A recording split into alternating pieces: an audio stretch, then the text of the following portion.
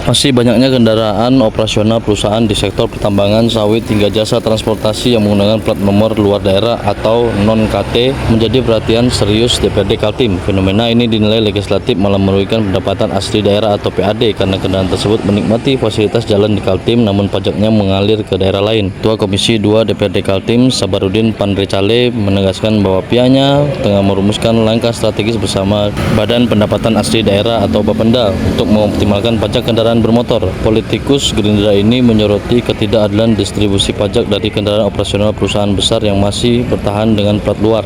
Untuk itu, ia mendorong agar plat non-KT bisa mengubah atau balik nama agar keadilan terwujud. Meski demikian, ia mengakui bahwa membatasi kendaraan non-KT secara total adalah hal sensitif dan berpotensi dianggap diskriminatif. Sebagai solusinya, DPRD mengusulkan sistem pengawasan berbasis klaster perusahaan dan pengaturan masa tenggang melalui surat jalan yang akan diperketat.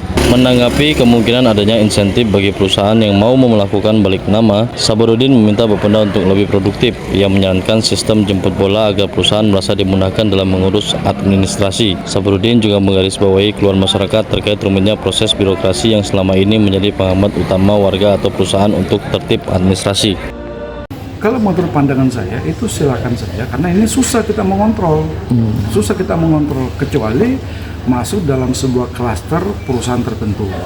Nah kalau mungkin perusahaan sendiri ada di sana, ya itu wajib kita sampaikan, itu wajib untuk balik nama semuanya di sana karena mereka datang ke sini menikmati fasilitas kita melalui jalan dan sebagainya, tapi pajaknya kita tidak menikmati. Ini yang lagi kita rumuskan bersama-sama. Ada beberapa opsi kalau menurut pandangan saya, surat jalan di sana, itu tentunya dia kan akan mengurus surat jalan itu.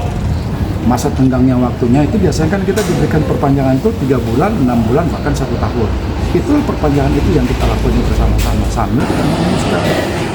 Nah kalau mungkin tersentralisir di perusahaan sendiri bisa kita melihat, tetapi kalau perusahaan-perusahaan mobil-mobil yang secara personalitas ini yang repot kita. Iya, gitu. Ada opsi-opsi ya ketua misalnya. Opsinya tadi itu ya harus tegas dari instansi yang terkait, dalam hal ini mungkin dinas perhubungan maupun dari aparatur kepolisian akan merazia itu, paling tidak melihat bahwa mana bukti-buktinya itu, perpanjangan itu mana dan sebagainya. Nah, saran DPRD itu misalnya ada opsi reward untuk misalnya balik nama nanti atau misalnya ada diskon pajak lah.